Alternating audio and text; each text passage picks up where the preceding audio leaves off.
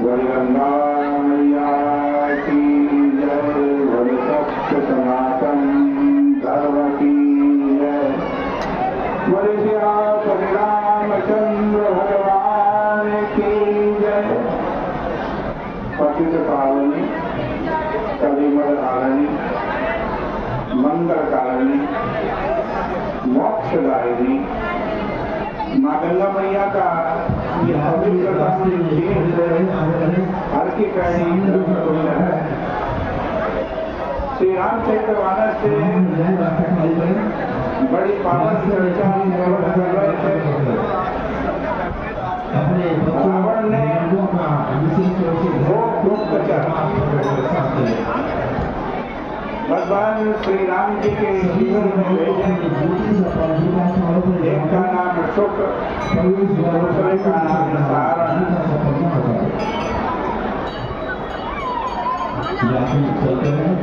ये राम जी की सेना का भेद लेने के लिए आए थे।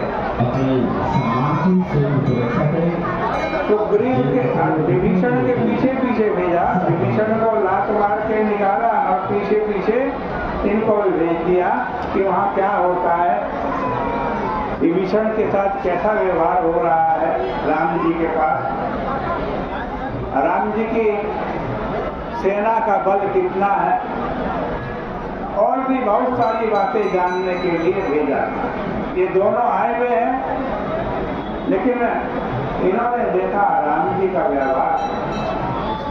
राम जी तो शत्रु के छोटे भाई को भी अपना मित्र बना देते, उसे राजा बना देते हैं। कहते हैं लंकेश, तुम्हारे को लंकेश बना। और एक जहाँ तो उन दोनों के दोनों गुप्तचरों को ऐसा अनुभव हुआ कि वो भगवान श्री राम के ही भक्त बन गए। उन्होंने देखा कि राम जी की सेना समुद्र के तट पर खड़ी है और समुद्र बहुत लंबा है, गहरा है, पार कैसे कर। भगवान श्री राम रास्ता मांग रहे हैं, समुद्र नहीं दे रहा। यहाँ पर आज विचार हुआ क्या किया है। तो विभीषण ने कहा कि प्रभु समुद्र से प्रार्थना की जाए।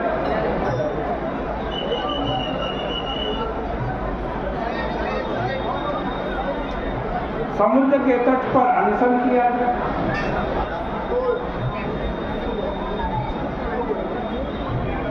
और समुद्र तो तुम्हारा कुलगुरु है, जो तुम्हें अनशन करते हुए देखेगा। जब तुम्हारे को यहाँ पर प्रार्थना करते देखेगा, अपने आप रास्ता दे दे। एक पक्ष तो ये था, और दूसरा पक्ष लक्ष्मण जी का। लक्ष्मण जी क्या कह रहे हैं? नाथ देव कर कवन भरोसा, नाथ देव कर कवन भरोसा, सोखई सिंधु करई मन रोसा, सोखई सिंधु करई मन रोसा। लक्ष्मण जी कह रहे हैं, नाथ इस पे भरोसा ना करो, धनुष बाण उठाओ, समुद्र को सुखा दो। आप सुखा सकते। अब राम जी के सामने प्रश्न यह उठा, किसकी बात मानी जाए? लक्ष्मण जी की बात मानी जाए या विभीषण शत्रु के भाई विभीषण की बात मानी जाए?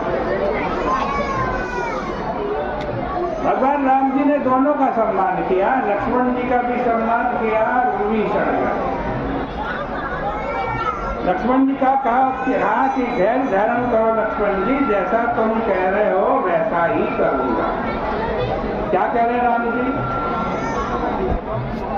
कि सुनत विहसी बोले रघुवीरा, सुनत विहसी बोले रघुवीरा, ऐसा ही मन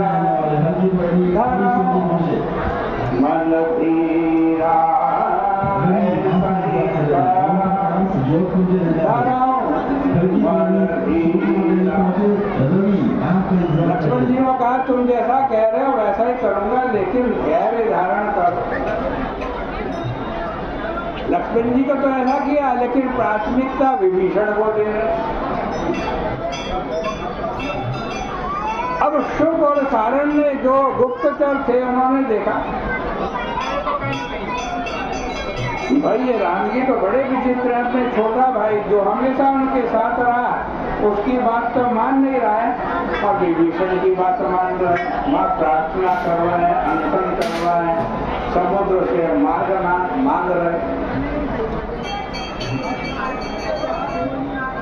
और इस नई अनुभूति ने इन दोनों के अंतःकरण को इतना द्रवित किया कि वे उसमें कपट का संकल्प जो था कि हम गुप्तचर हैं, रावण के गुप्तचर हैं, ये जो कपट का संकल्प उन सुख सारण के अंदर था वो भी पिघल करके अपनी आकृति को खो बैठा। अब क्या हुआ, उनसे रहा नहीं गया। ये दोनों रावण के जो दूत आए हुए हैं गुप्तचर